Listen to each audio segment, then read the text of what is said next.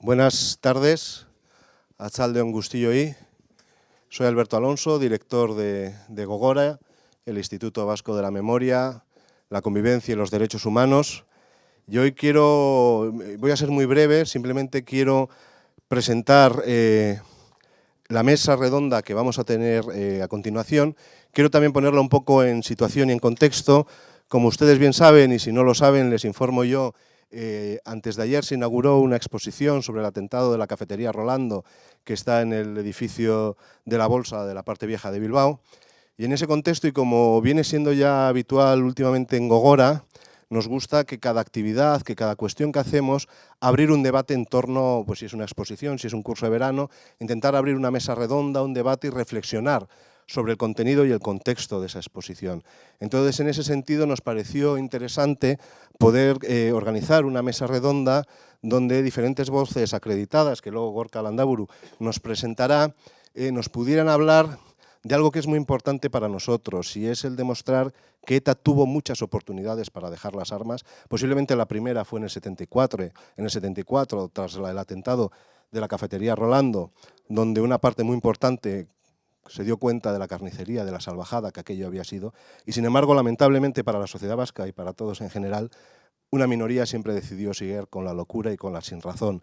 Para nosotros es muy importante el generar conocimiento, el promover el debate, el que estas cuestiones tan importantes y de alguna forma píldoras de conocimiento pasen también a las nuevas generaciones. Por tanto, me hace mucha ilusión el ver gente joven hoy aquí, que escuchen de primera mano lo que fue aquello y lo que supuso. Y sobre todo, para nosotros es muy importante que la conclusión de lo que saquemos hoy de esta mesa redonda, cada uno de nosotros nos sirva para proyectarlo al futuro, para construir ciudadanía, para comprender que los mensajes de odio, la polarización social, el señalar al diferente como el enemigo, cosas que hoy en día las volvemos a ver, son caminos que ya recorrimos los vascos y las vascas y que no generaron más que dolor y sufrimiento. Entonces yo, sin más, os dejo en manos de mi queridísimo Gorka Landaburu, que os presentará a los ponentes e intentará lidiar con ellos lo mejor posible. Nada más, muchas gracias.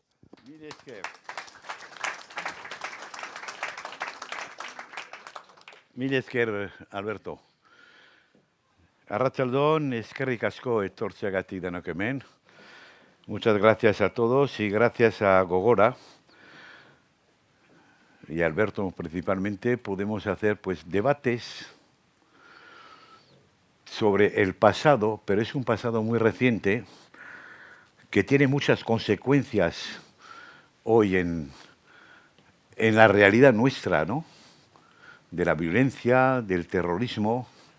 Yo siempre hablo de la violencia, del terrorismo y de otras violencias que ha habido en este país, que hay que seguir hablando, hay que seguir debatiendo, hay que seguir contando para que se sepa lo que pasó, para que esto nunca se vuelva a repetir. Hoy estoy satisfecho de estar hoy con vosotros aquí en Bilbao y me alegra que veo caras jóvenes. Y eso es lo que más me importa, porque los demás ya nos conocemos y ya hemos vivido nuestras vivencias, pero sí es importante que las caras jóvenes, la juventud sobre todo de Euskadi, sepa lo que pasó. No es cuestión de contar las miserias de la violencia, de todo lo que hemos pasado, sino simplemente contarlo. Contar lo que ha pasado para que nunca más se repita esas décadas que hemos vivido de violencia con mucho sufrimiento y mucho dolor. Y eso la gente joven lo tiene que saber. Y por eso yo siempre soy del partidario de que eso se vaya a las escuelas, a los institutos, a la universidad. Ahí tenemos una asignatura pendiente de que todavía en la educación eso no hemos llegado. Igual que hay que hablar de la guerra civil y de la dictadura. Nuestros jóvenes no saben quién era Franco. Nuestros jóvenes no saben quién era el terror de ETA. Nuestros jóvenes no saben que hubo una guerra civil en este país y que ha marcado la historia de este país. En fin, yo voy a intentar ser breve porque los protagonistas de esta charla, este coloquio, son los que están a lo mío, pero quiero deciros que hoy vamos a debatir sobre uno de los atentados más sangrientos de ETA y sus consecuencias. A mí me interesa saber sus consecuencias. El atentado contra la cafetería Orlando, una cafetería situada en la Puerta del Sol de Madrid, en pleno centro de Madrid, y junto a la Dirección General de Seguridad en la época. Fue el 11 de septiembre de 1974. Esta masacre, porque fue una masacre, provocó la muerte de 13 personas, en su gran mayoría civiles, y causó más de 70 heridos, y nunca fue reivindicado por ETA, que se avergonzó del atentado, salvo en el 2018, que sí lo reivindicó, cuando se disolvió definitivamente. La dirección de la banda armada, que pretendía atentar contra policías y miembros de las fuerzas de seguridad del Estado de la época y asentar un duro golpe al gobierno y régimen de la capital franquista, no asumió su responsabilidad. ETA ha reivindicado casi siempre sus atentados, menos este que vamos a hablar hoy, de la calle Correo. ¿Por qué? Porque se equivocaron. Y al comprobar ETA que la gran mayoría de las víctimas no eran ni policías ni inspectores, pero eran civiles, en el libro, un libro muy interesante que os aconsejo leer, que se llama Dinamitas, tuercas y mentiras, de Gaizka Fernández, aquí tenemos al autor, escrito junto a Ana Escauriaza Escudero, dicen que la cafetería Orlando, los clientes habituales de esa cafetería, que ETA inspeccionó, que fue a ver antes de poner la bomba, eran vecinos, oficinistas, obreros, estudiantes, viajantes, turistas, periodistas y hasta funcionarios. Pero colocaron la bomba. ¿Lo sabían o no lo sabían? Eso es otra historia. Es decir, que había muy poca gente relacionada con la Dirección General de Seguridad, aunque estaba pegado a las oficinas, no iban a esa cafetería. ETA, y eso es lo peor de esta historia, y lo hablaremos luego, de negar su participación, aunque fue ella, se sumó a la conspiración, acusando a la ultraderecha. 1974, Franco vivía todavía. Era el final del franquismo, pero Franco vivía. Acusando a la ultraderecha y al neofascismo de ser los autores de esta masacre. Quería limpiarse las manos después de su error. Durante largas décadas, y no se ha sabido nada o muy poco de este atentado, la loza del silencio y del olvido, así como la posterior amnistía que hubo cuando murió Franco, que se liberaron a todos los presos políticos, no solamente de ETA, los presos políticos que había en las cárceles franquistas, que no eran tantos, por cierto, se les amnistió, se enterró todo tipo de investigación, donde Eva Forés, y si tenemos tiempo hablaremos de esta señora, muy reconocida, tuvo un papel predominante. También hemos de tener en cuenta, y vosotros la mayoría ya lo sabéis, los que tenéis cierta edad, los jóvenes, de tener en cuenta el contexto histórico de este atentado. Contexto histórico y de la época, en el que se produjeron todos estos acontecimientos. En 1974 vivíamos los últimos coletazos del régimen, con un Franco moribundo, un país en efervescencia, sobre todo en las universidades y por temas sociales, con numerosas huelgas que había a lo largo y ancho del país.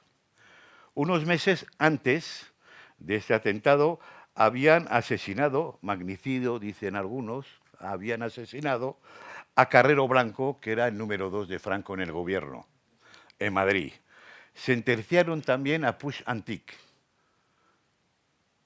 Y un año más tarde, Franco, mes y medio antes de su muerte clínica, fusiló a 5 militantes ante la repoblación internacional, 2 de ellos fusilados el 27 de septiembre de 1975, eran de ETA. Uno, Chiqui Paredes, de mi pueblo de Zarauz, y que yo conocía. Franco les fusiló un mes y medio antes de morir en la clínica. En todo este contexto hay que añadir la fuerte represión con estados de excepción y centenares de detenidos que solo provocaron más tensión y más rechazo por gran parte de la población, sobre todo en Euskadi. Había una represión terrible. Se detenía a todo quisqui. Este atentado, el de la calle Correo, provocó y aceleró un gran debate en el seno de ETA. En la organización ya había, hablo de ETA, había diferentes controversias latentes sobre el rumbo a seguir, de cómo compatibilizar la lucha de masas con la lucha armada. Los argalas, como Pertur, luego ya os diré quién es, no se identificaban con la línea más dura que mantenían los más activistas y radicales de la organización armada ETA. La pregunta que nos podemos hacer es si esta masacre de la cafetería Orlando aceleró la crisis en el seno de ETA, la que condujo más tarde a una escisión inevitable. Finalmente, no podemos olvidar que ETA en toda esa época gozaba de una aureola y una cierta simpatía a nivel internacional. El juicio de Burgos en manifestaciones en toda Europa, y yo participé en 1970 en una manifestación de 60.000 personas en París contra Franco porque iban a fusilar a militantes de ETA en Burgos. Era diciembre de 1970, 4 años antes de lo de la cafetería Orlando.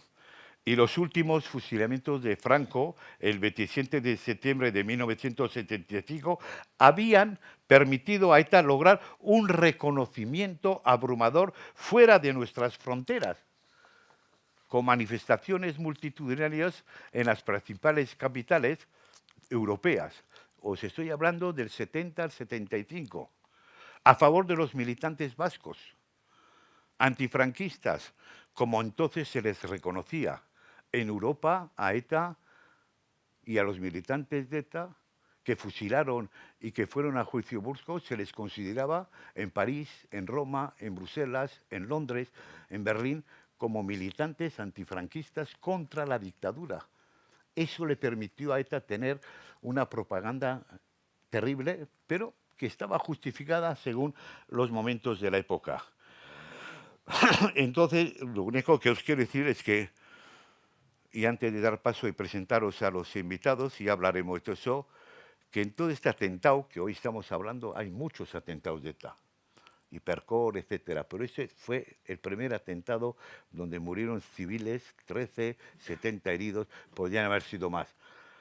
Yo, la reflexión que hago, y lo hago como víctima también del terrorismo, que los grandes olvidados de este cruel atentado han sido, una vez más,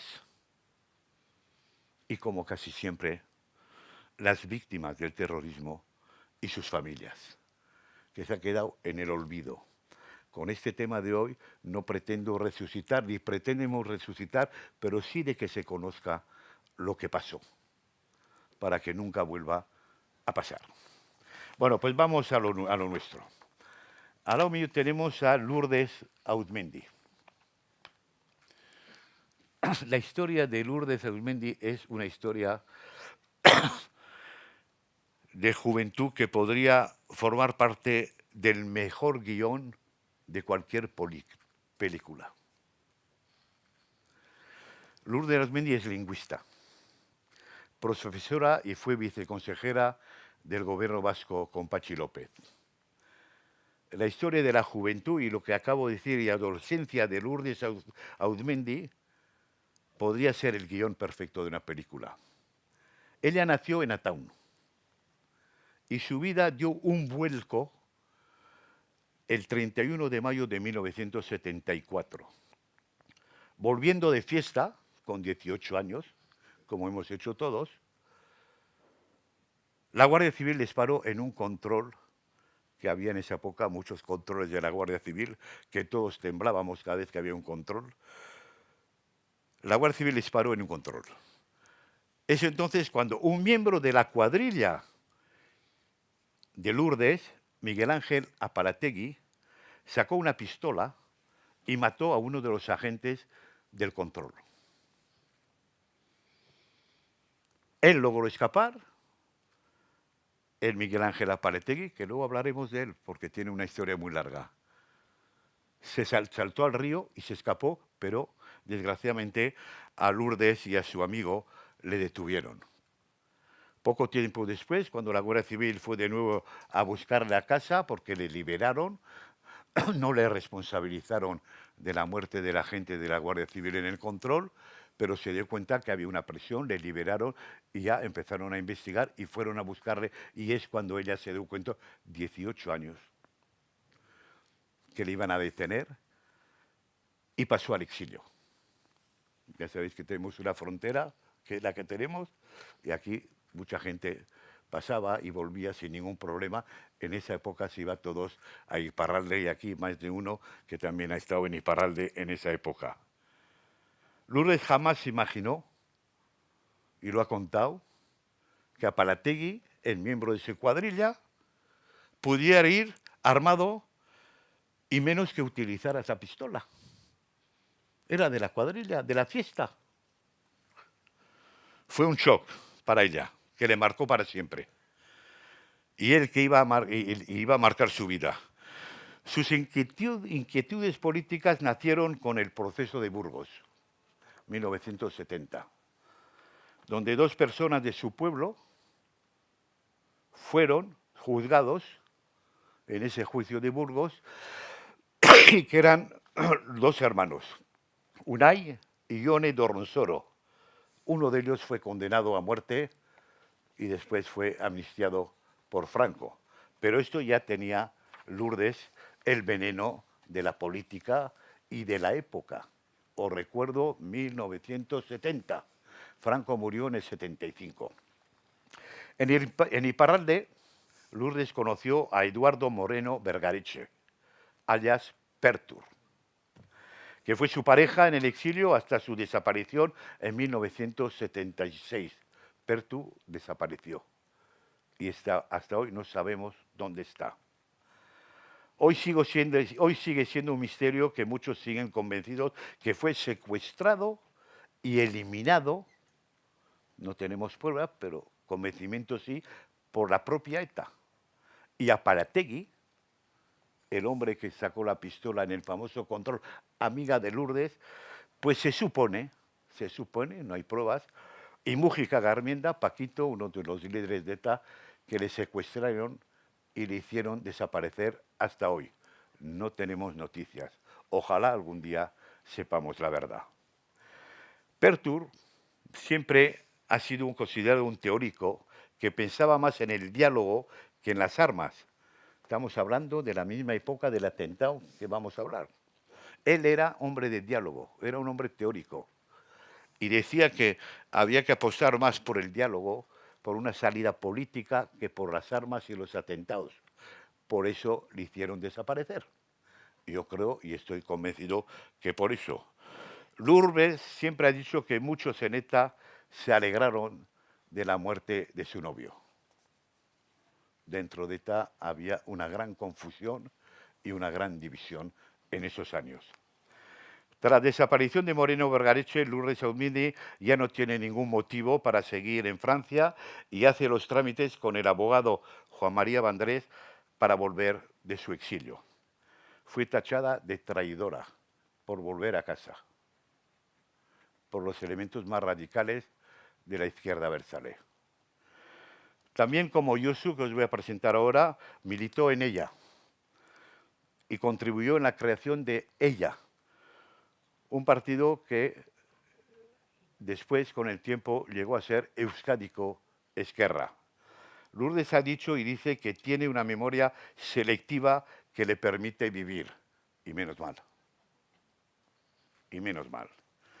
Ella decía: yo, la verdad, no tengo nada de lo que avergonzarme. Y no me arrepiento de nada. Soy muy crítica con algunas cosas que hizo ETA en los tiempos que estuve, pero éramos, y también hay que saber, ser responsables. Yosu El Coro, que le conozco desde hace muchos, muchos años, es un zaraustarra. Un zaraustarra que desde muy joven, con 17, 18 años, y os hablo de los años 70 anteriores, sintió un gran interés político. Recuerdo que estamos, y lo digo para los jóvenes, en una plena dictadura del país, donde las ideas, las políticas eran condenadas y si no, te encarcelaban. A finales de los 70 militó en las juventudes de EGI, que abandonó para integrarse a ETA. Josu, pronto perseguido por la policía, tuvo que abandonar Euskadi y Zarautz para refugiarse en Iparralde. Vivió en persona la escisión de la quinta y sexta asamblea de ETA. Participó en numerosas acciones de la organización en el año 1972, nunca en acciones mortales. Importante. Asumió posteriormente responsabilidades importantes en la propia organización de ETA, donde conoció a los principales líderes de la época de la organización. Él define su paso militante en la clandestinidad como un militante antifranquista contra la dictadura. Ahí puede haber mucha discusión, pero yo le creo. Opuesto a la línea más dura de ETA, se desmarcó de lo que llamamos milis. Milis es ETA militar, los más radicales. Siempre le llamamos milis porque eran los que tenían la pistola, los que hacían las acciones, los que mataban, los más duros de ETA, que al final siempre han triunfado. Y participó directamente, Josu, en vías más pragmáticas que con el tiempo crearon el partido EIA y posteriormente Euskadiko Ezkerra. Josu Alcorro abandonó ETA en 1977 y tras trabajar como pastelero pudo regresar finalmente a casa en 1979. Ongi etorri, Josu. Y para terminar y empezar el debate, os voy a presentar a Gaizka Fernández Soldevilla. Este es muy joven, comparando con nosotros. Es del año 81.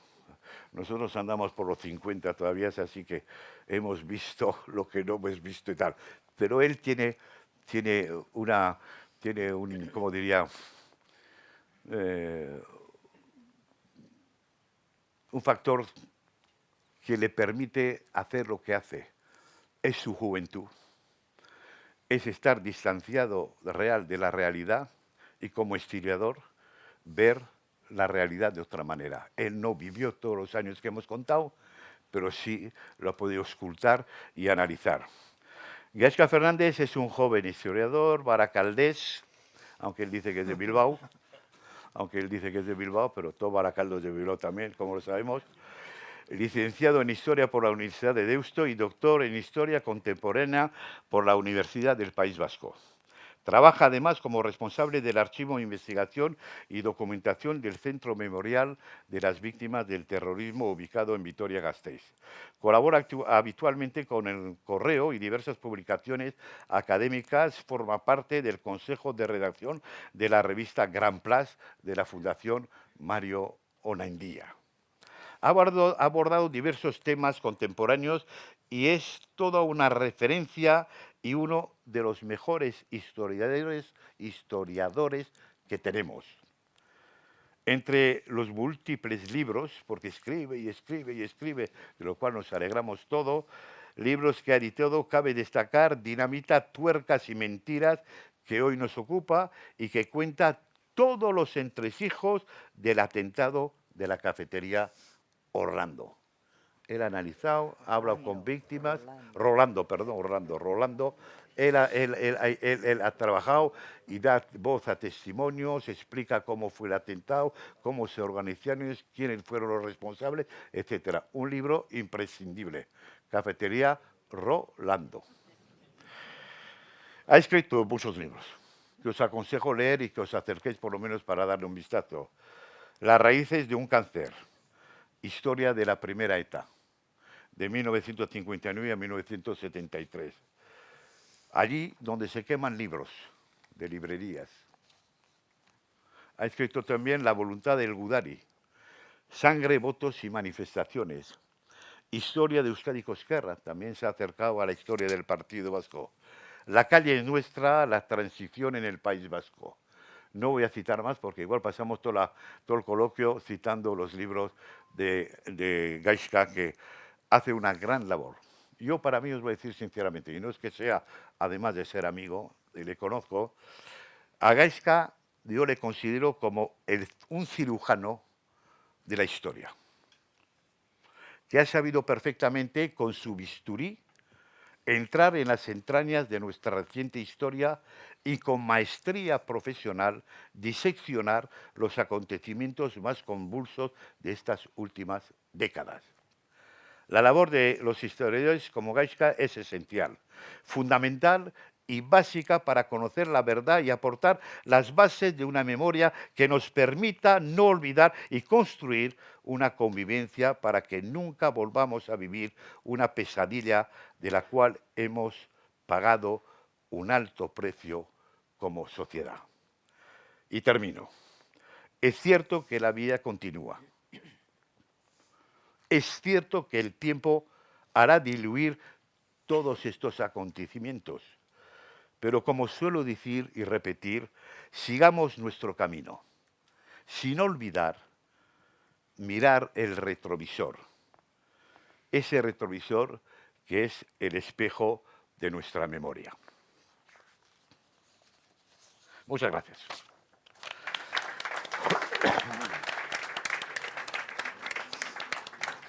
Bueno, empezamos ya este coloquio. Espero que seamos muy didácticos para que la gente nos entienda bien, cada uno en su faceta. Después, cuando terminemos una o dos rondas con los invitados, si hay unas preguntas, haremos las preguntas, no demasiadas, porque el tiempo corre también, y no preguntas muy largas, Ignacio, etcétera, y podamos hacer un debate un poco ágil. Yo al primero que voy a pedir es a Gaizka. Yo le voy a decir a Gaizka, primero, ¿por qué se decidió a escribir este libro sobre la cafetería Rolando? ¿Qué es lo que te atrajo y cuáles son las conclusiones genéricas que sacaste de este libro? Pues es que casco Gorka, como ha sido una presentación tan amable, te voy a perdonar lo de Baracaldes, porque como los bilbaínos presentes saben, nacemos en Cruces, pero enseguida nos traen aquí para que nos aclimatemos a la capital, a la auténtica capital. Te lo perdono. Pero yendo al medio del asunto, vamos a ser rápidos. En la historia funcionamos, por desgracia, muchas veces a golpe de efeméride. Es decir, que sabemos que la atención de los medios de comunicación va a estar centrada en nosotros solo si hay un aniversario redondo. 25 años, 50 años, 75 años, 100 años. Sabemos que si escribimos un libro en el 49 aniversario o en el 51, los medios nos van a hacer el mismo caso.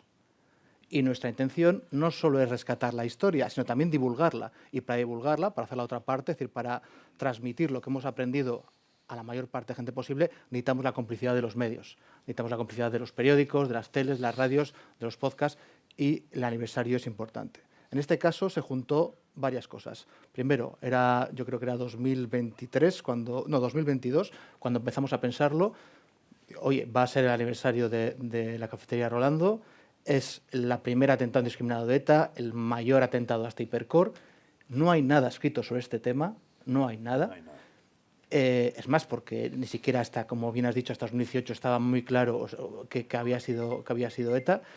Y resulta que tenemos el sumario, porque habíamos conseguido el sumario. El sumario es todo el procedimiento judicial que se hace para investigar un caso.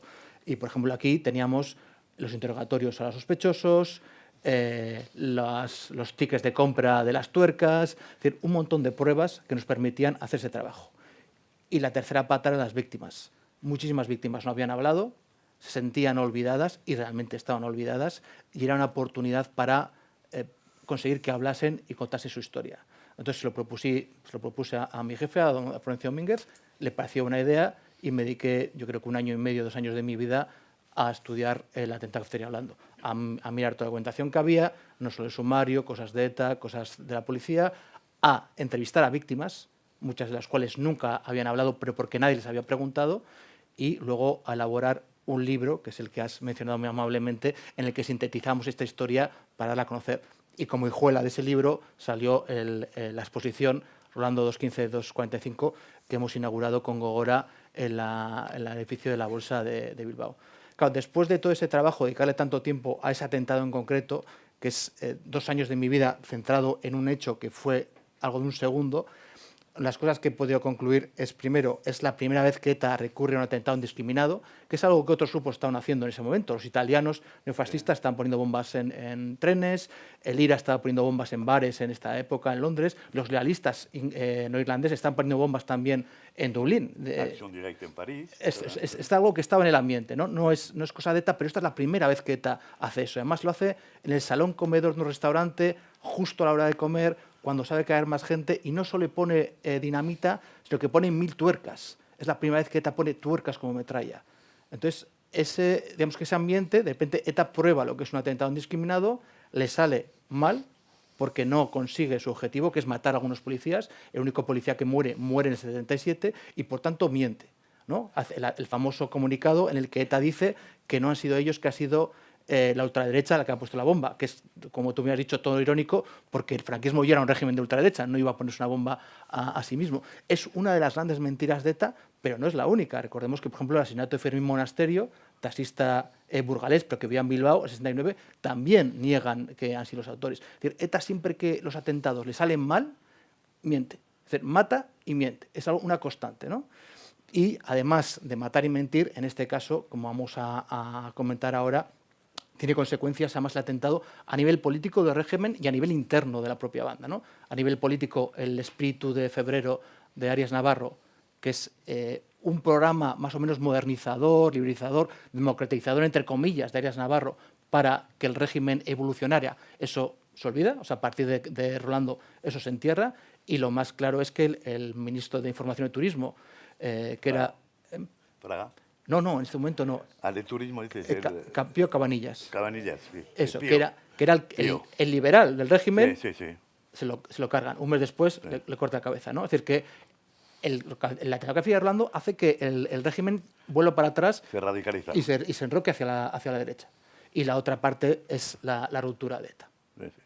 Y una cosa antes de pasar a esto, rápidamente, ¿qué es lo que hace, por qué te crees que este atentado, que es uno de los más terribles de ETA, se silenció por todas partes?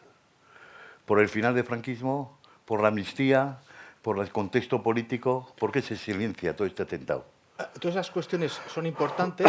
Es muy importante, y se ve en la documentación de la época, que los grupos de extrema izquierda son los primeros que dicen que ha sido la extrema derecha, y luego lo acepta. O sea, el antifranquismo realmente acepta la mentira de ETA, pero que lo acepta no porque ETA les caiga mal, les caiga bien, sino porque es el enemigo de mi enemigo. El enemigo es Franco, y por tanto pues no puede decir verdad ni nunca, ¿no? Entonces, si la policía dice que es ETA, pues será mentira.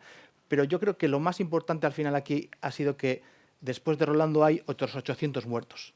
Es decir, que Rolando fue un atentado muy grande en este momento, pero es que después ETA sigue matando, y en la transición mata muchísimo más. Hay que recordar que un año como el 80, ETA mata a 96 personas. Entonces, hace que los atentados anteriores queden opacados. Quitando el de Pardines, el de Manzanas y el de Carrero Blanco, yo creo que casi nadie se puede poner nombre a una víctima. Y, por ejemplo, de Rolando es curioso que absolutamente nadie, yo creo que pone un nombre, ¿no? Irán 13.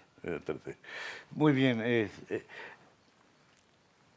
Yo, Lourdes, te quería preguntar, tú, en el momento del atentado de la cafetería Rolando, tú estabas en Francia. Ya hemos contado tu historia, cómo pasaste, etcétera. Primero, ¿cuál era tu actividad en Francia, en el exilio, como se suele decir en la época? Y a ver si este atentado repercutió en el ambiente que tú vivías. Como has dicho, a finales de mayo de ese año, abandono mi domicilio. Eran mediados de junio cuando crucé la frontera, y yo vivía en Hendaya. El verano de ese año estuve trabajando como cocinera en un caserío al que solían ir cuadros militantes legales del interior, cruzaban la frontera y solían recibir un curso de una semana. Era un curso que solía impartir Pertur y había que cocinar para los chicos, porque solo eran chicos. Un poco machistas, ¿no? Bueno, de eso podemos hablar otro día. Entonces, había terminado esa fase, por cierto, tengo que decir que tú has dicho, allí conocí también yo a Chiqui Paredes.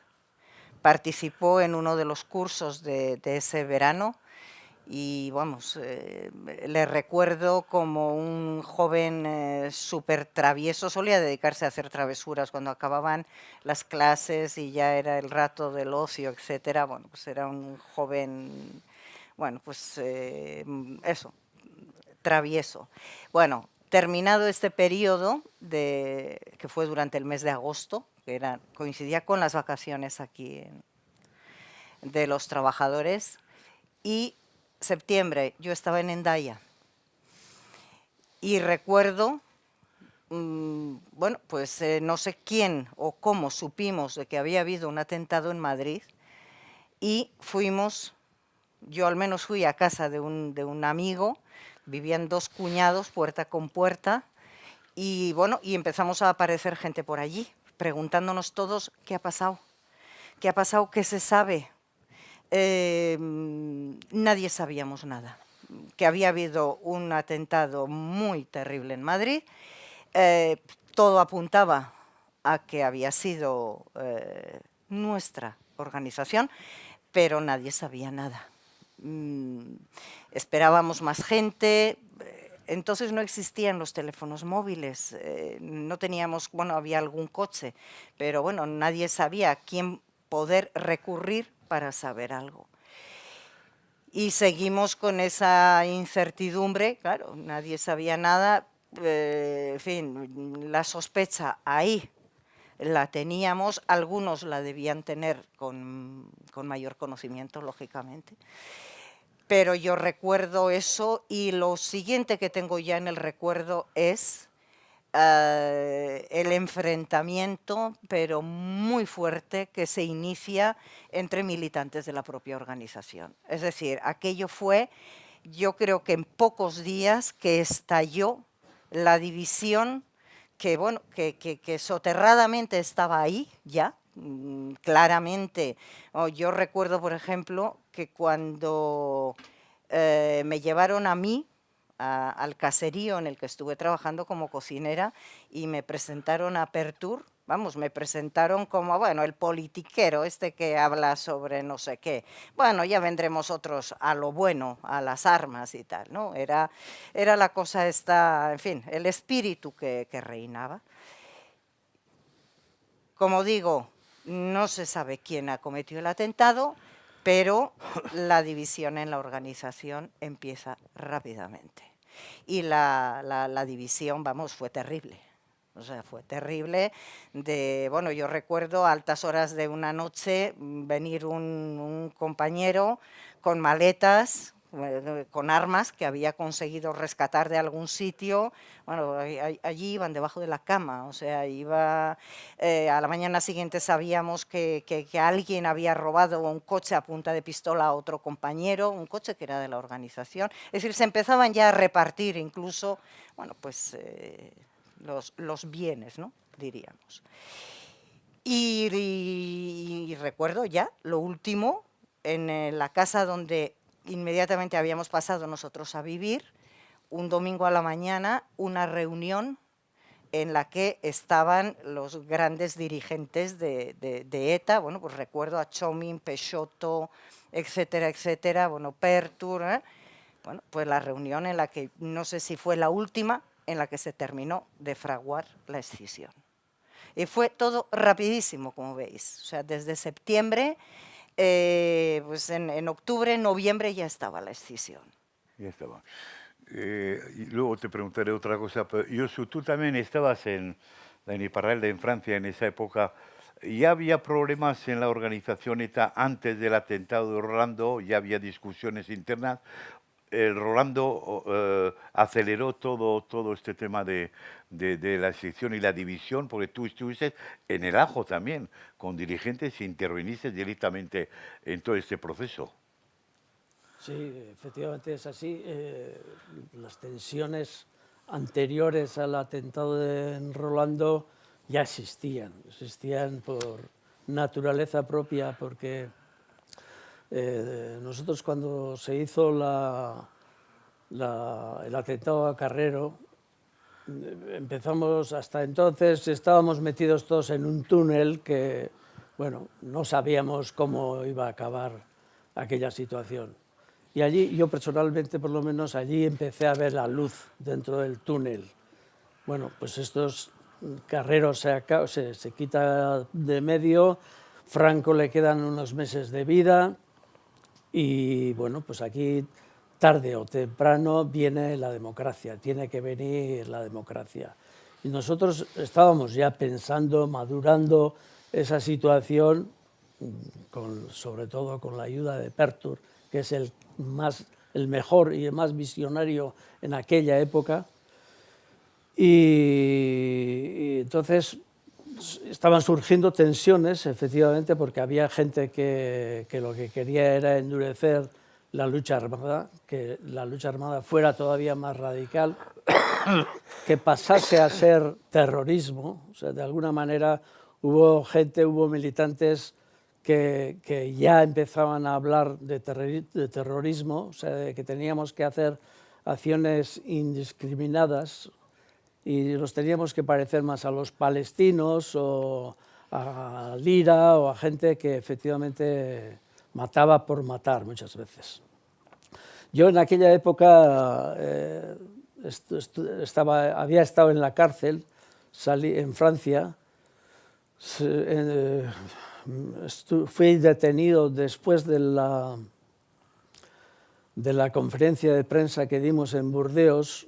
El comando que supuestamente atentó contra Carrero, y a la vuelta entonces reunimos una conferencia de prensa donde no sé si fueron 150 periodistas de toda Europa, y a la vuelta de esa conferencia, pues en un control me detuvieron, me pararon y bueno, pues por despiste llevaba una libreta en el bolsillo y bueno, me acusaron.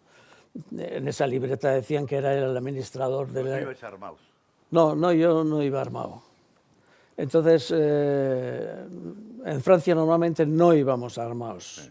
Entonces, pues al ver la libreta sacaron las conclusiones de que era un administrador de la organización.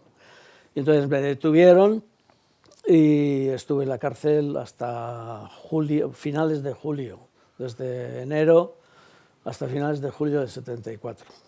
6 meses. Sí.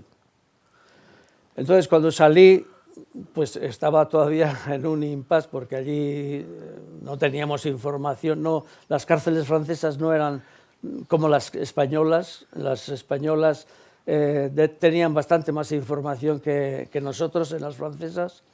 Y bueno, no sabíamos las cosas que estaban pasando. No obstante, pues en ese tiempo de mi salida de la cárcel al atentado pasó poco tiempo y yo me quedé sorprendido cuando hubo esa acción. No tenía ni idea de ninguna información para esa acción, y cuando pues, un dirigente compañero me comentó, ocurrió esto, me comentó, hemos metido la pata, hemos hecho una barbaridad. Entonces, ¿qué ha pasado? ¿Qué ha pasado? Y es cuando me enteré de lo de Rolando.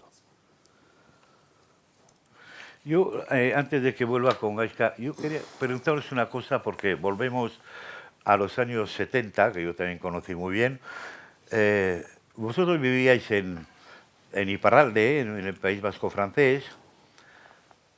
No teníais demasiados problemas con las autoridades. Es decir, que teníais papeles, os dejaban circular, os dejaban vivir. Sí. Vivíais como si vivierais en San Sebastián en la parte vieja, Bueno, en cierta manera. Estoy exagerando naturalmente porque yo pasaba mucho al otro lado y tenía también gente que conocía, ¿no? Es decir, que eso es un factor muy importante para saber después de lo que pasó después, ¿no? De que teníais un estatus de refugiados en la cual tampoco la policía o la gendarmería o las autoridades francesas os molestaban demasiado. Por eso se llegó a llamar el santuario francés. Hablo de esa época, ¿eh? 70, 75, etcétera. Sí, yo creo que esa situación estábamos protegidos prácticamente por toda Europa. Todos los gobernantes... Y los partidos políticos también. Efectivamente, todos los partidos políticos democráticos en Europa veían con simpatía que hubiera unos muchachos, unos chavales como nosotros, veinteañeros, que estaban luchando contra la dictadura de Franco. Y eso nosotros lo notábamos. O sea, vamos, yo he sido detenido varias veces por la policía francesa y en algunas veces con situaciones comprometidas y bueno, y se hacían los locos, o sea, dejaban pasar. Entonces ahí hubo una colaboración muy importante, no solamente de las instituciones, sino que de la población, de la gente que nos ayudaba a guardar cosas, etcétera, etcétera. Ahí fue fundamental para nosotros ese momento, lo veía todo el pueblo europeo, prácticamente lo veía con simpatía. ¿No? Yo tengo una anécdota que, bueno, en la segunda caída que tuve, eso ya fue en el 76, creo. 75. Pues no, sí, 74. ¿no? 75, bueno, 75. Perdonadme las fechas, no, no esa te tengo... puedo corregir yo, que estuvimos juntos en la misma Eso, cárcel. sí. Vamos, estábamos preparando la primera fuga de Segovia y entonces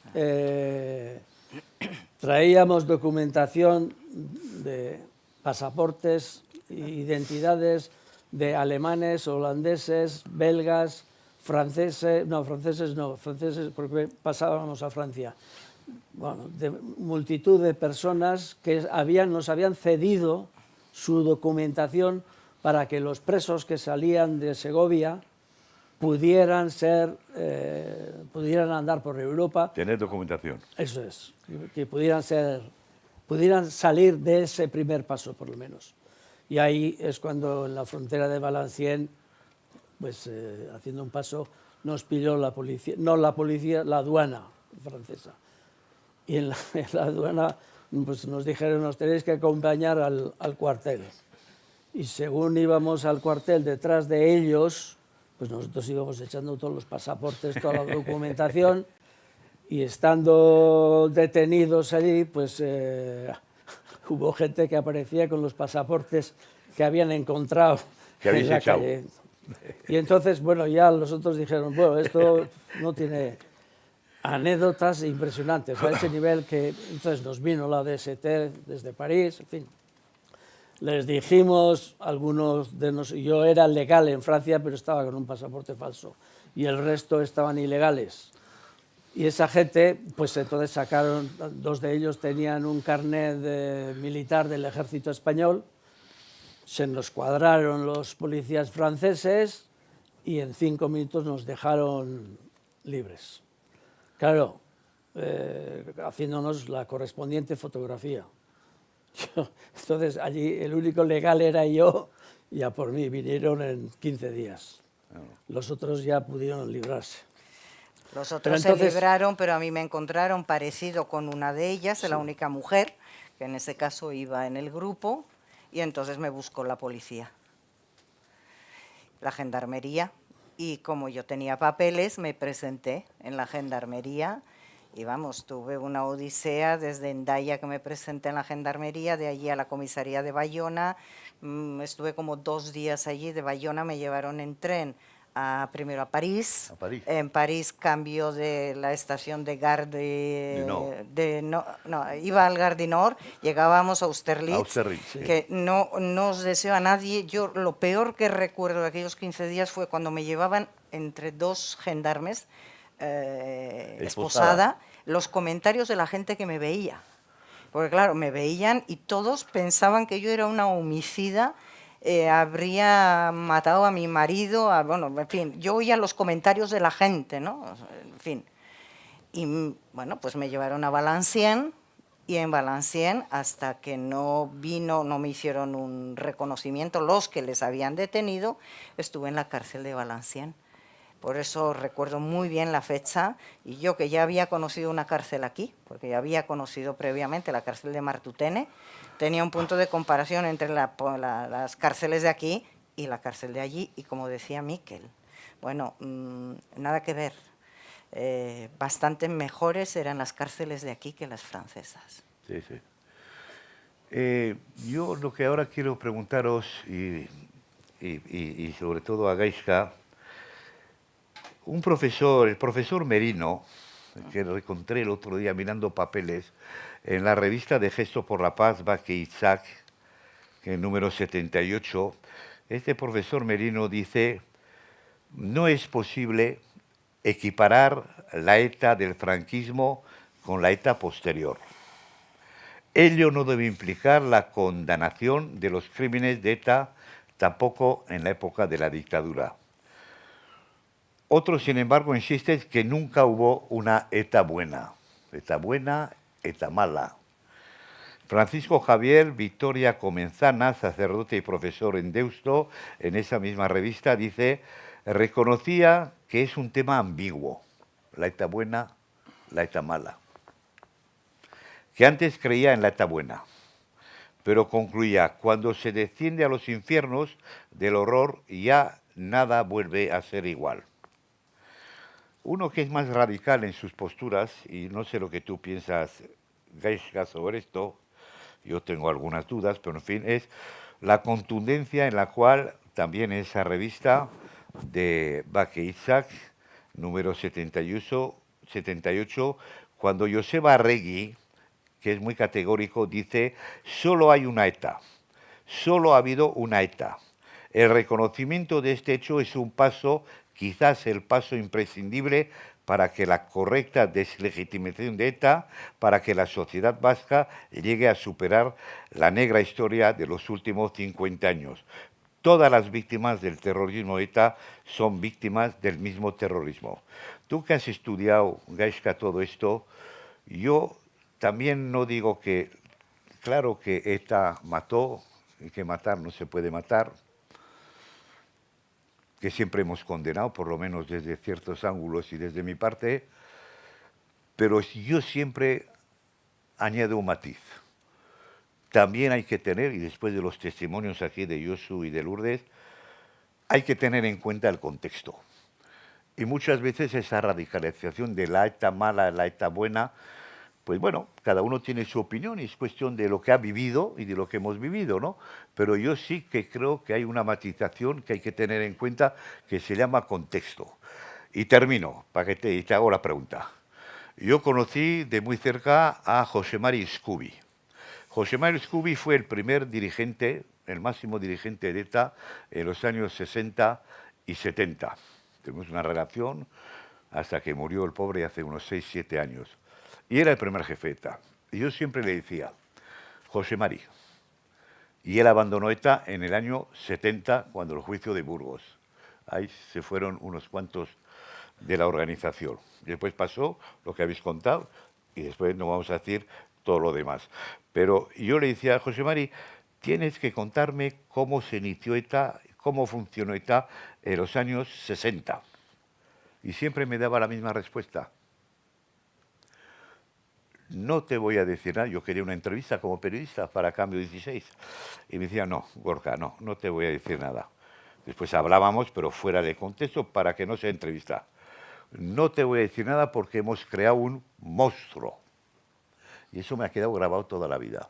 Entonces yo quería decirte, tú que has conocido y has escrito sobre la ETA de los años 60, la de los 70, la de los 80, ¿hay matizaciones? ¿La ETA en la dictadura es diferente a la ETA de la democracia? ¿Cuál es tu respuesta?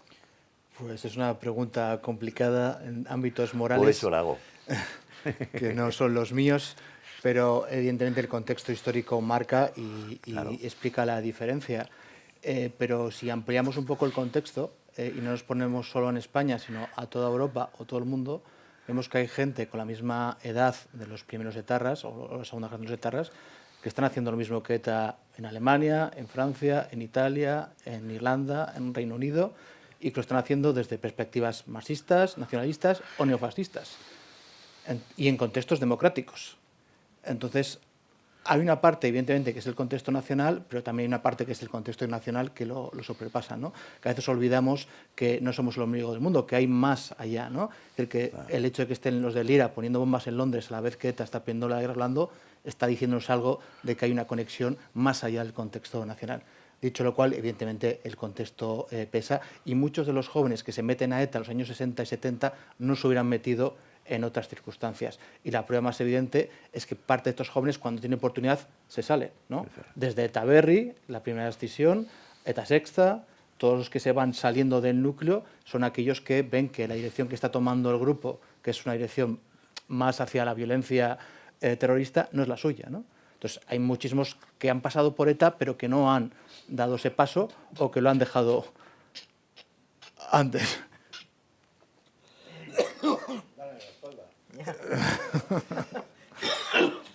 Sigue, Paraje, sigue. Por tanto, ¿el contexto es importante? Sí, como historiador siempre el contexto es importante para estudiarlo. Hay que ver el contexto nacional y luego incluso hay que ver el micro, porque si nos fijamos en la mayor parte de los antifranquistas que lucharon contra Franco en los años 60 y 70, no utilizaron la violencia. La mayor parte de los nacionalistas vascos tampoco utilizaron la violencia. Entonces, solo son una pequeña parte los que eligen la violencia como método más adecuado para conseguir sus objetivos, los que creen que el fin es tan alto que justifica los medios. Entonces, evidentemente el contexto pega, pero también hay que pensar contexto internacional, contexto nacional y luego responsabilidad individual.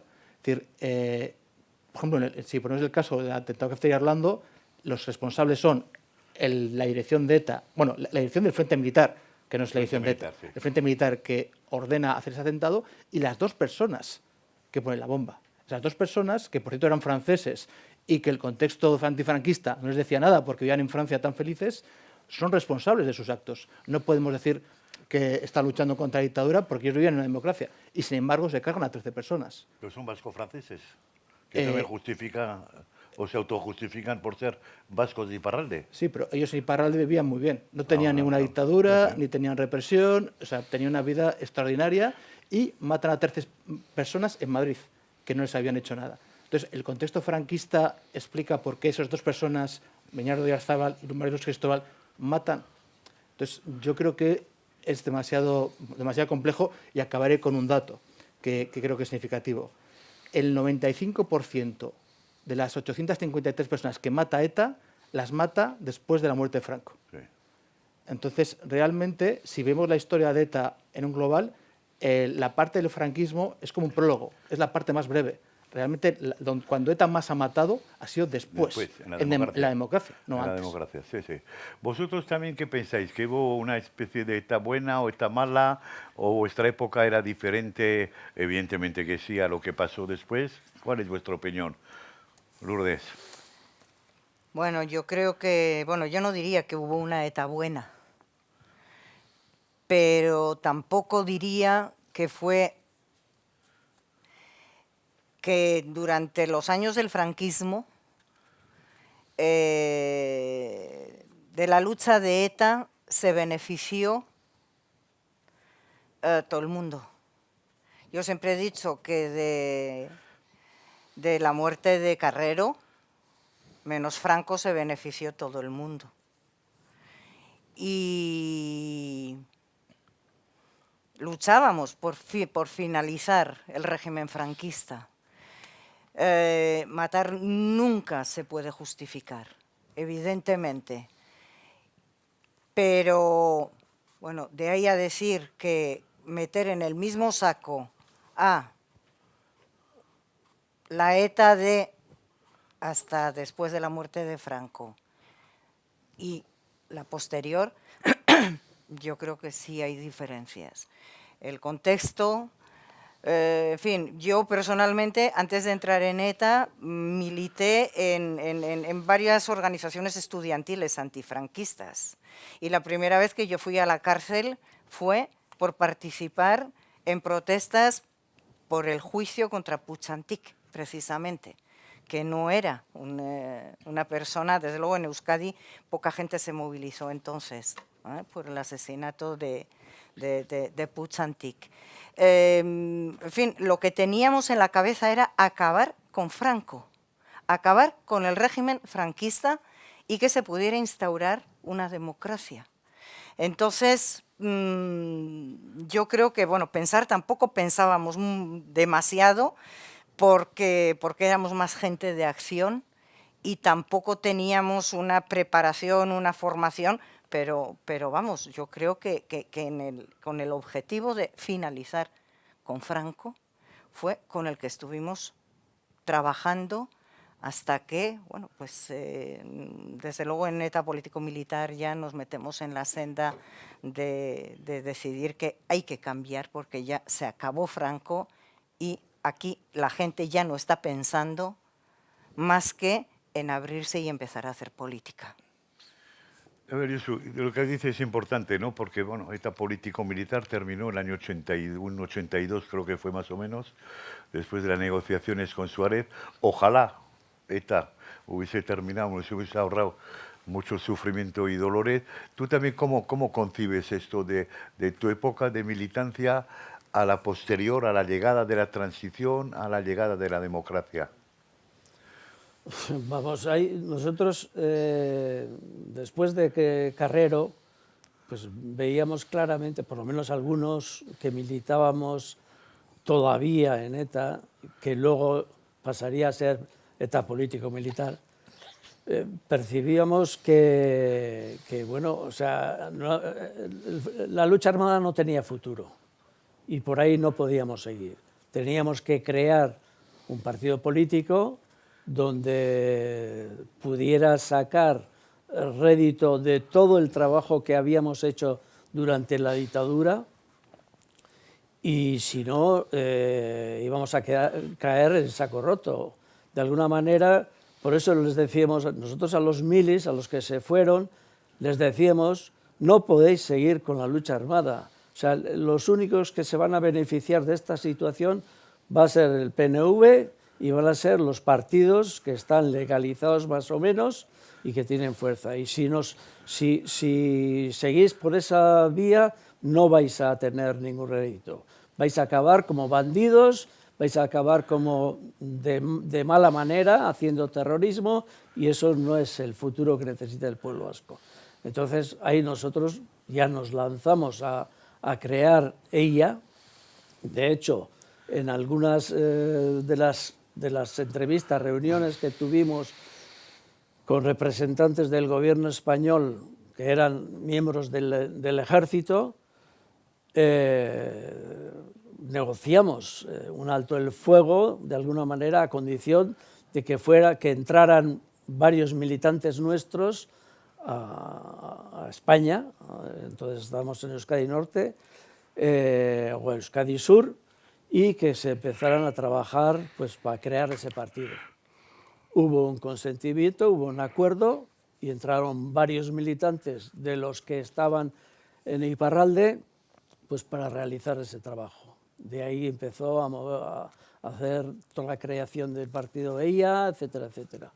Entonces, ahí nosotros lo teníamos claro. Entonces, por eso decidimos, claro, nosotros no podíamos tampoco acabar con la organización de la noche a la mañana. Por eso se tardó hasta el 82. Pero vosotros que erais minoría dentro, los que apostabas para el diálogo, para la política, dentro de ETA en esa época, ¿erais minoría o erais mayoría o cómo erais? No, éramos más de tendencia política. Nosotros queríamos hacer política. Pero cuantitativamente erais más mayoría, o menos. Pues en aquel momento seríamos 50-50, o sea... Mitad. Más o menos. Más o menos. Sí. Y entonces ahí, de alguna manera, nosotros lo teníamos claro. Entonces, por eso apostamos y negociamos y conseguimos acabar con la historia.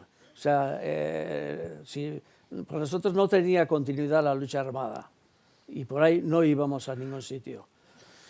Y ahí surgieron pues grandes peleas. O sea, como dice Lourdes, ha dicho antes, la situación de la extinción fue muy dura. No hubo tiros por casualidad entre nosotros. Muy bien, antes de pasar ya, porque vamos a ir, yo creo que si hay un debate, hagáis las preguntas. Yo la última pregunta que os voy a hacer, y es mirando un poquitín ya, hemos hablado del pasado, hemos hablado de experiencias, de dos militantes de ETA que estuvisteis, de un historiador que analiza con lupa todo esto. Yo una pregunta retórica, pero es la que el periodista tiene muy fácil para hacer, para eso son periodistas, pero en una síntesis breve, antes de pasar al debate, ¿qué camino nos queda por recorrer con todo este trauma que hemos vivido durante 50 años? Gaizka. Pues investigarlo y contarlo, que es lo que ahora cuesta más, ¿no? O sea, después de cualquier violencia política amplia, las sociedades suelen tener miedo a afrontar el pasado. Pasó en Alemania, pasará en Ucrania y en Rusia. O sea, siempre ha pasado eso y es algo natural, ¿no? Nos da miedo enfrentarnos a lo que hicimos nosotros, lo que hicieron nuestros padres, lo que hicieron nuestros abuelos y, por tanto, de manera natural intentamos pasar páginas sin haberla leído.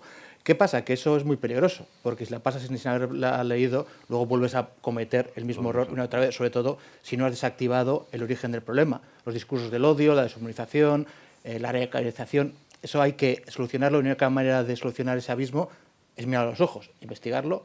En este caso, creo que es imprescindible investigar con rigor todo lo que ocurrió al detalle y luego transmitírselo a las nuevas generaciones, que sepan lo que fue y que sepan también las consecuencias que puede tener una opción como ETA, ¿no? Es decir, que si optas por una vía armada de conseguir el objetivo que sea, la patria, Dios, Alá, lo que te dé la gana, la banderita, sabes que el precio a pagar va a ser hacer daño a otras personas y que vas a destrozar su vida, vas a romper familias, vas a romper sueños y también la tuya propia de tus amigos, porque al final también acabas pagando. Entonces, enseñarles eso y luego que ellos, cuando en el futuro, porque va a pasar, venga alguien a intentar radicalizarles, venga un flautista jamelín a intentar llevárselo, sepan lo que puede ocurrir y estén preparados y tomen sus decisiones, pero con conocimiento de causa de lo que puede ocurrir, que sepan lo que puede ocurrir y luego que decidan ellos.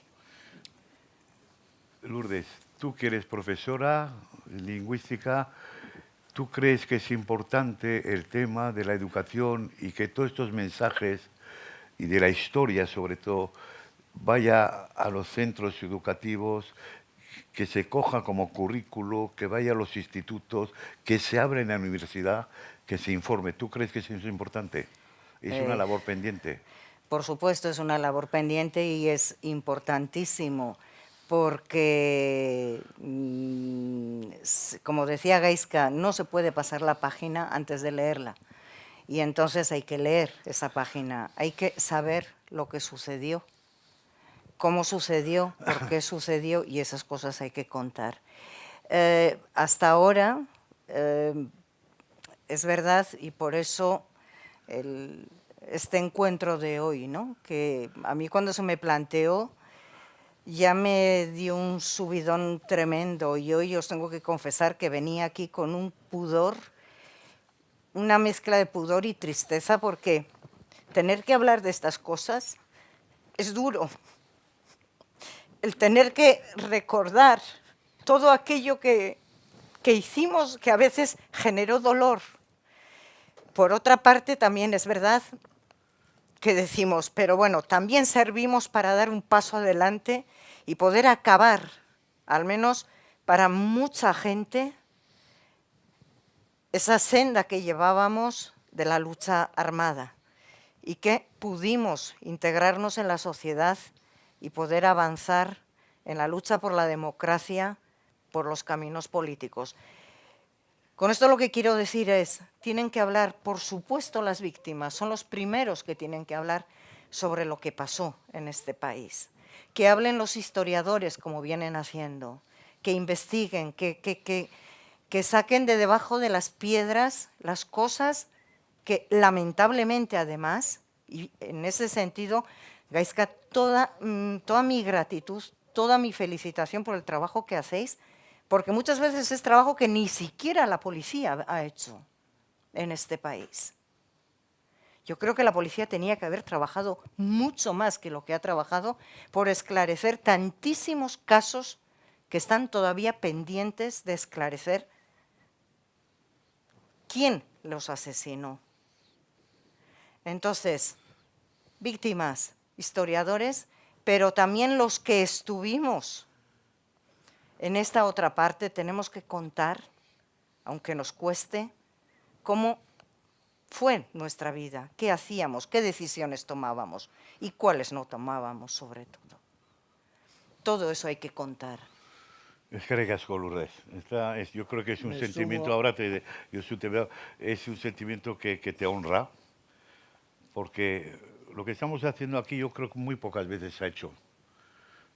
Que haya víctimas, que haya historiadores, que haya gente que cuente. Aquí no se ha contado toda la verdad. Y esa es la pregunta que te quiero, Josu, y sigue el hilo de Lourdes. No, ¿qué es lo que falta, como le he dicho? Sino, no estamos en una especie de cultura de olvido, en una sociedad que va a la velocidad que va, donde lo de ayer no vale porque vale lo de mañana, sino de mañana, lo de pasado mañana, en la cual tenemos una responsabilidad como sociedad. Yo vuelvo y termino con eso y no hablo más. Yo me interesa la gente joven. Nosotros ya hemos vivido lo que hemos vivido, me interesa que la gente joven sepa lo que ha pasado. Entonces, ese es lo que te quiero decir. ¿Qué es lo que tú dices 50 años después de lo que has vivido? ¿Qué es lo que nos falta por hacer? O a ti también, ¿qué te falta por hacer? Yo me sumo a todo lo que ha dicho Lourdes y, bueno, he hecho en falta que nosotros, cuando éramos niños, yo empecé a militar con 16 años y nadie nos decía, ni en las escuelas, ni en ningún sitio, ni lo que era la democracia, ni lo que era la dictadura. Pero vivíamos la dictadura, padecíamos la dictadura. Yo nací en un caserío y yo no sabía hablar castellano. Y a mí los palos que me dieron algunos mercenarios, pues me enseñaron castellano, que de alguna forma luego les he agradecido también, porque ahora me siento que las dos lenguas son mías, ¿no? Pero eso a nivel de colegios, ahora yo creo que hay que hacer un trabajo impresionante. Ahí la ley tiene que estar, o sea, tiene que ayudar y promocionar a que se dé esa enseñanza vital, que es al final es una enseñanza que a posteriori luego el hombre lo va a necesitar para el resto de su vida. El tener que hacer política, porque hay que hacer política, hay que escoger a los buenos electos para que de alguna manera nos gobiernen bien, etcétera, etcétera. Y eso hay una ausencia todavía en los colegios. Y entonces ahí creo que hay que incidir a nivel de todas las instituciones posibles con la mayor fuerza posible.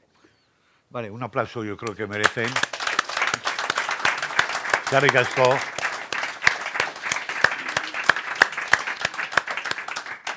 Por hablar claro, que es muy importante.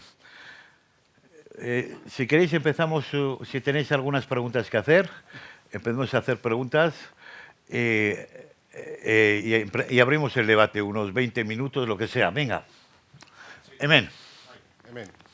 ¿Se escucha? No, bueno, lo primero daros las gracias desde Gogora. Creemos que este es el camino.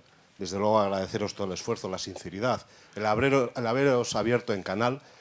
Me doy cuenta al ver un poco el público que estamos divididos entre los muy veteranos y los extremadamente jóvenes. Hay una generación que falta a la mitad, es mi generación, es la generación de Gaizka, es la generación de algunas de las técnicas que están aquí de Gogora. Me gustaría saber, no sé cómo articular bien la pregunta, pero me da la sensación de que toda una generación, aquellos que fuimos los niños durante todo aquel periodo, somos una generación que no hemos sabido gestionar aquel dolor, que no hemos sabido, hemos crecido con el silencio, hemos crecido con el que no se nos contara lo que estaba pasando. Yo siempre digo, yo nací en Oñati, para cuando yo cumplí la mayoría de edad, ETA había matado a 7 personas en mi pueblo, yo me entero de eso con 47 años. Yo no sabía y no era capaz, nadie jamás me contó que aquello estaba pasando en mi propio pueblo. Recuerdo una bomba, pero no sabía ni que había habido muertos. Entonces sí que me gustaría, si tenéis algún tipo de reflexión, más que nada por esa generación que somos los padres y las madres de los nuevos jóvenes, y que sin embargo a nosotros se nos inoculó de alguna forma el silencio, el miedo a hablar. Todavía hoy en día, 15 años después, cuando vamos a una cafetería y hablamos de política, bajamos la voz. No sé si tenéis algún tipo de reflexión sobre esta generación que a mí me parece tan importante. Yo te voy a contar una anécdota, Alberto. Yo te hablo del año 1980. Como periodista me vino un periodista francés del periódico François, no me acuerdo si Le Monde, era un periódico importante de París, y era en plena, pues, alrededor de la amnistía y los jaleos y tal y cual. Me dijo dos cosas: oye, aquí se va a armar la revolución, toda la gente en la calle, barricadas y tal y cual. Y le dije, bueno, a ver lo que pasa, ¿no? Y de repente a la 1 se terminaba. Todo el mundo iba, ya se terminaba las barricadas, la policía se retiraba y me decía, ¿pero qué pasa? No, es que ahora hay que ir a comer. Y digo, no, tranquilo, que a las 6 empieza de nuevo. Le digo, así nunca vais a ganar la revolución, me dijo. Y después me dijo otra anécdota, me decía, en los bares, oye, ¿por qué en vuestros bares hay unos que hablan, que murmuran y otros que hablan muy fuerte? Y me quedé así, le dijo, no, los que hablan fuerte hablan de la Real y la Teti, y los que murmuran de política. ¿Qué quiere decir? El temor, el miedo. Ha paralizado este país. Sí, yo que soy de la generación de Alberto, la primera vez que escuché hablar a la gente de política libremente fue cuando fui a Madrid a hacer un máster. Y hablaban entre ellos y tenían opiniones diferentes y no pasaba nada. Yo me asusté al principio y dije, ostras, aquí se van a liar, o sea, va a haber puñetazos. Y no pasaba nada. Y me di cuenta de que el problema lo teníamos aquí, es decir, que nos habíamos acostumbrado a vivir una situación totalmente esquizofrénica, en la que no podías dar tu opinión, en la que no veías las cosas que no tenías que ver, no veías que tu vecino tenía escolta, no veías que había tiza en el suelo porque habían matado a alguien, no veías que ardían autobuses o ardían cajeros, no lo veías porque era tu rutina, pero que en el resto de España no estaba pasando eso. En el resto de España sí tenía una democracia normal, pero aquí no la teníamos, ¿no? Entonces, eso yo creo que nos va a costar muchísimo perder ese miedo que lo tenemos inoculado. Yo creo que la gente joven ya no tiene ese miedo, que habla de lo que le da la gana, lo cual me alegra mucho y por eso una esperanza. Pero también hubo mucho miedo y mucho silencio durante toda la dictadura, ¿eh? También. No olvidemos. Silencio y miedo. Yo creo que nosotros tenemos que perder el miedo, porque seguimos teniendo, no sé si es entre miedo, entre algún tipo de temor. Yo recuerdo en la facultad, estaba yo en Vitoria, en la Facultad de Letras, y todavía recuerdo algún día después de llegar a la facultad, saber que había habido un atentado, que había un asesinato, y entrar en clase, tener a mis alumnos y decirles, a las 11 paramos, hay concentración por el asesinato de no sé quién.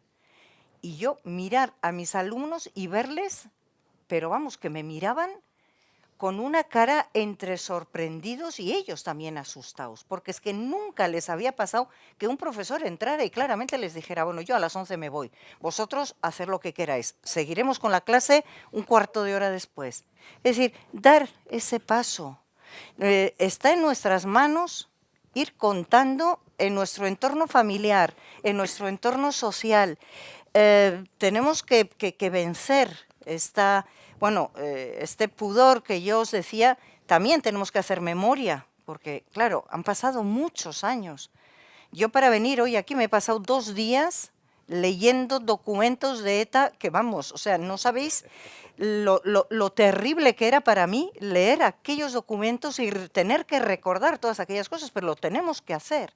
Es decir, es un trabajo de toda la sociedad, los unos en un sentido y los otros en otro, pero esa página hay que escribirla, todo el mundo la tiene que leer y luego pasaremos página. Ignacio.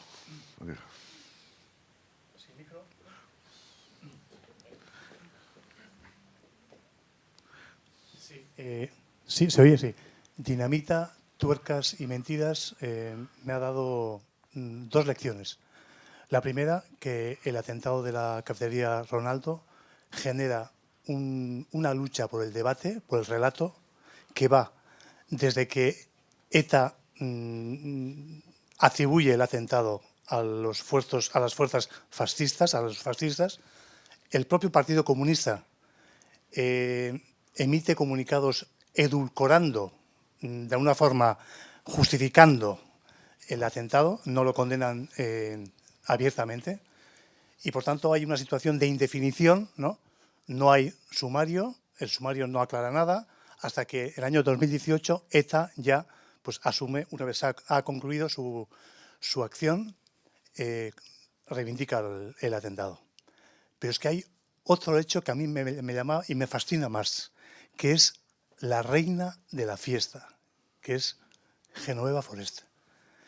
Una persona que aglutina, que induce, que organiza la trama civil de ETA en Madrid, ¿no? Después justifica la acción, nunca la ha condenado, ¿no? Incluso antes de su fallecimiento la ha condenado, ¿no? Pero es que nunca ha sido capaz, ¿no?, de dar el más mínimo viso de censura hacia el mismo. Es decir, salió indemne, ¿no?, tal como empezó, acabó sus vidas, ¿no? Es decir, la contribución de esta señora es aglutinar, justificar, nunca condenar hasta su muerte. Es las lecciones que yo he obtenido de la lectura de Dinamita, Tuercas y Mentira. Lo cuentas tú perfectamente en el libro, además en Glorinete dice que van a hacer el mayor atentado en Madrid después de lo de Carrero Blanco. Ella lo cuenta y Lidia Falcón también. Es verdad que Eva Forés se libró de todo al final. Sí, acusó a todo el mundo y él se libró de todo. Y engañó a chavales de 17, 18 años que les dijo que estaba montando un grupo revolucionario para hacer la revolución en España y realmente les trató como tropas auxiliares de ETA. Les metía taras en casa, les metía armas los zulos y al final esos chavales, no sus hijos, que los mandó fuera, los amigos de los hijos, acabaron palmando y acabaron 3 años en la cárcel porque ella quería utilizarles con todo el término para ayudar a ETA a hacer el atentado, ¿no?, y ser la protagonista, porque yo creo que también tenía ese un ego enorme y luego una capacidad de manipulación de conseguir que la policía desviase la atención al Partido Comunista mintiendo o detuviese a gente como Lidia Falcón que no tenían absolutamente nada que ver con el atentado y permitir que las dos personas, los 2 franceses que habían cometido el atentado, saliesen libres. Y lo peor de Eva Forés no es eso. Bueno, eso es muy malo, pero luego cuando sale de la cárcel, viene a Euskadi a vivir y se convierte en una figura cultural aquí de referencia, la tratamos como si fuese una persona con un pasado intachable, incluso en Vitoria tiene una librería a su nombre, que hacen actividades infantiles, una señora que ha ayudado a matar a 13 personas, pues y que es una de las mayores responsables del atentado de la cafetería. La que lleva a los 2 terroristas a la cafetería y la que les señala dónde tienen que atentar. Gloria, el silencio, perdón. El silencio de la organización para no reivindicar la acción era también miedo. Miedo a lo que podía pasar dentro de la organización, por una parte, y el rechazo que iba a tener eso internacionalmente. Gloria.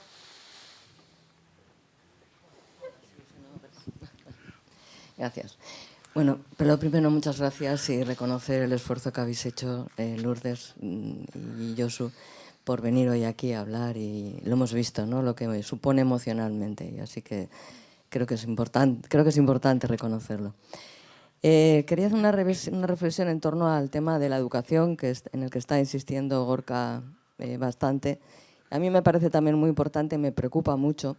Hay un programa para llevar a las aulas que no llega a las aulas en Euskadi. No recuerdo ahora el dato, pero son muy pocos los centros, los públicos ya menos todavía. Y hay otra cosa que me preocupa y que ha salido en este debate, que es ese debate de la ETA buena, la ETA mala. Yo entiendo que cuando erais jóvenes teníais una motivación política de luchar contra la dictadura, pero probablemente también después muchos jóvenes que han estado en ETA iniciaron su actividad en ETA con una motivación política, con otras ideas en democracia. Lo que quiero decir es que si trasladamos ahora, y hablando sobre todo de los jóvenes, una idea de que hubo una ETA buena, de que hubo un momento en el que luchar, decidir integrarse en ETA para luchar contra la dictadura podría ser una buena idea o lícito, estamos de alguna manera justificando la utilización de la violencia con fines políticos y me parece muy peligroso. Yo tengo todavía una hija en edad escolar y no se habla de ETA en los colegios, pero sí en algún programa de historia se ha hablado de la última época del franquismo, que es de la que estamos hablando, y se ha hablado por profesores de historia de ETA como justificando la existencia de ETA para luchar contra la dictadura. Muchos de esos chavales y chavalas que están estudiando en ese centro, lo único que van a escuchar prácticamente de ETA va a ser eso. Y es muy peligroso, me parece muy peligroso. Y creo que hay que incidir en la idea que es deslegitimar el terrorismo siempre, que no hay ningún motivo político que pueda justificar el terrorismo, porque también era terrorismo.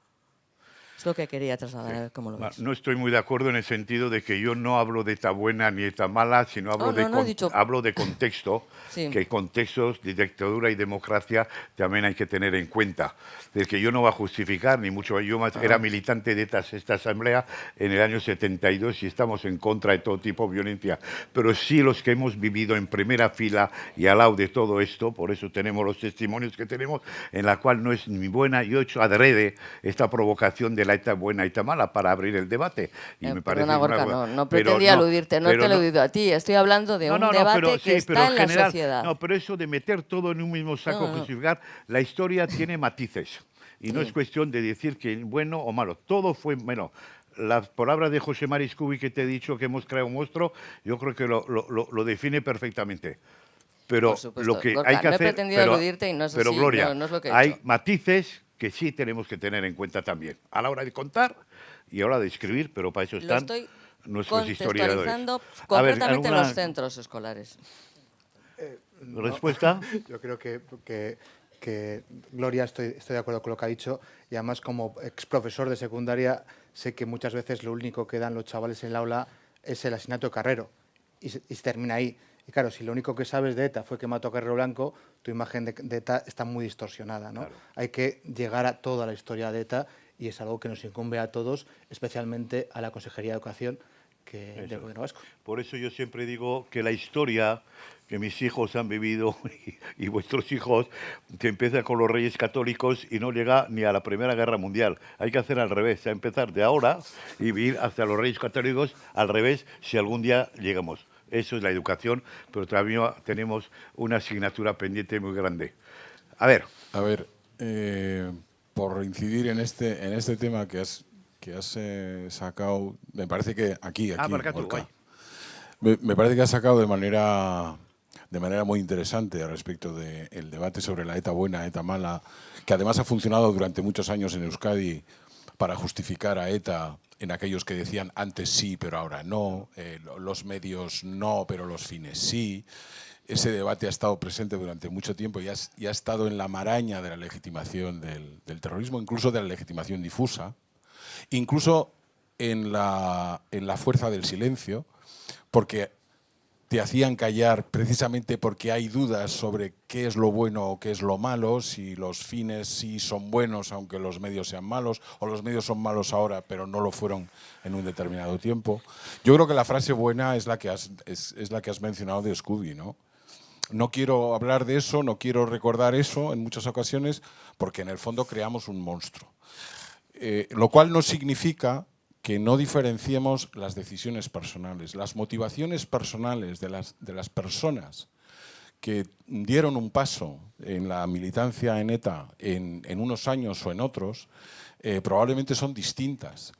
Y creo que la enseñanza fundamental, precisamente para transmitir y para evitar, como se suele decir muchas veces, que esto vuelva a pasar, es que incluso con las mejores motivaciones, una vez que creas el monstruo puede a tus motivaciones personales. Da igual cuál fue la razón por la que empezaste. Podía ser muy buena, podía ser, digamos, muy defendible. Pero una vez creado el monstruo, una vez desatada la lógica de la violencia arrastra a todo el mundo, e incluso los que se salen en un determinado momento, les cuesta mucho trabajo, les cuesta enfrentamientos personales, porque una vez que la máquina se ha puesto a andar, ya no la puedes parar, y creo que esa es una enseñanza fundamental cuando otra vez vivimos tiempos en los que hay gente que vuelve a tener la tentación de la violencia. Iniciar ese camino siempre acaba mal, independientemente de las motivaciones. Y en ese sentido no hay, y comparto con Gloria, no hay ETA buena. No podemos hablar de una ETA buena, lo cual no significa, ni mucho menos, que las motivaciones personales en momentos históricos distintos, incluso en una organización que se llama igual, pero que obviamente fue cambiando de naturaleza, por la propia presencia de la violencia, que no es la misma en unos momentos y en otros de la propia historia de ETA, las motivaciones personales están al margen de la lógica mala de una cosa como ETA y de una cosa como la que hemos sufrido durante los últimos 50 años en este país, que también coincido, y con esto acabo, que es una historia de silencio para el conjunto de la sociedad que yo sigo convencido de que no ha superado, porque además se suma a otros 50 años de silencio después de la guerra civil en España y de la dictadura, pero ETA es el epítome máximo de aquello que se le adjudicaba a Franco, de haga usted como yo y no se meta en política. Nos han estado diciendo a los vascos durante 80 años, no se meta usted en política, porque aquí quien decide lo que hay que hacer o hacia dónde vamos a ir, soy yo. En unas ocasiones fueron unos, en otras ocasiones fueron otros, y el problema es que nos hemos metido en una inercia como sociedad, la propia sociedad vasca, que no éramos conscientes, como decía antes Gaizka, hasta que salíamos fuera, cómo había gente que discutía de política en voz alta, no se iban a acabar pegando y no pasaba absolutamente nada, y entonces te dabas cuenta que era aquí donde teníamos el problema, porque efectivamente callábamos, mirábamos para otro lado o cambiábamos de tema, ¿no? Muchas gracias. A ver, ¿alguna reflexión? Gaizka, está todo dicho, bien dicho, y ahí estamos de acuerdo. Aunque yo insisto en los matices que parece que no queréis tener en cuenta. A ver, ¿alguien más? Agradecer a todos la intervención, y yo no sé si viene a cuento, pero me gustaría que Lourdes o Miquel me dijeran el porcentaje de nacionalismo que había en ETA y de marxismo-leninismo, que también se habló. Eso era antes de los 70. Como llevábamos la cultura de la clandestinidad, se hablaba poco de eso. Y se leía poco. Entonces ahí, pues yo creo que todo el mundo más o menos éramos nacionalistas. Yo, la verdad, me han hecho esta pregunta, bueno, muchas veces, incluso a veces me han reprochado que no haya seguido siendo nacionalista, ¿no? Cuando yo realmente, aparte de los poemas bucólicos fruto de algunas canciones de aquello de sube a la cumbre y pon la icurriña y no sé qué y no sé cuántos, de Telesforo y bueno, y algunos más. Yo nunca tuve la sensación de yo ser personalmente, de que mi lucha fuera por el nacionalismo. Es verdad, marxismo-leninismo me tocó aprender, y materialismo didáctico y materialismo, vamos, Marta Hanecker, de todo. La verdad es que, en fin, no sé qué porcentaje había, no hablábamos de esto, no hablábamos. Sí, estaban los principios de la fundación de ETA, que más o menos siguieron ahí, pero no se decía tú eres un marxista y tú eres un nacionalista, o sea, no había. Eso fue antes de los años 70, y donde hubo la pelea con Sayoc y todos los temas que vivimos del marxismo-leninismo. Vale, poca discubi, mira, ahí se terminó. A ver, ¿alguien más? Ya está. Sí. Rápido, porque ya tenemos, nos apagan las luces, Óscar. Sí, no. Venga, Óscar. Yo quería decir una cosa sola muy breve, porque no hay tiempo, pero que yo no estoy muy a favor de los discursos moralistas. Entonces, cuando se habla de las dos ETAs, yo creo que esa es una buena provocación, pero buena y mala. Es una buena provocación, pero en el fondo es una distinción, digamos, puramente lógica, vamos a decirlo así. Entonces, ahí, cuando se habla con esa provocación de una ETA buena y una ETA mala, se da por hecho de que todo lo que se ha dicho hasta ahora sobre ETA tiene un pequeño defecto, un gran defecto, y es que no se distingue entre el periodo en el que existía una dictadura salvaje y el periodo en el cual la democracia se instauró gracias al proceso anterior. Y ese proceso anterior no solamente intervino ETA, intervino muchos agentes sociales, muchos. Y entonces, bueno, yo lo que quería simplemente así, puesto que no hay tiempo... Pero la violencia no es inaceptable, en un lado u otro, a pesar de los matices que siempre insisto Muy yo. bien, pero no es un tema moralista, es lo que quiero No, decir. moralista no, pero que la Pero bueno, lo que quiero decir es que eso, no se porque puede- si no no se se puede- reinterpreta todo no lo se que puede pasó matar. a favor o en contra. Se reinterpreta de una manera y se pierde la perspectiva histórica. Oso ondo. Pues muchas gracias a todos, eskerrik asko. Gracias a... Ya, han cortado. ¿Había alguien más? Pero no. ¿Queríais preguntar algo? ¿Preguntar? Venga, ánimo. Ánimo, venga. La última. La última para los jóvenes. Venga. ¿No queréis? A ver. Bueno, a la próxima. Gracias por venir. Sobre todo a vosotros. Eskerrik asko. Venga.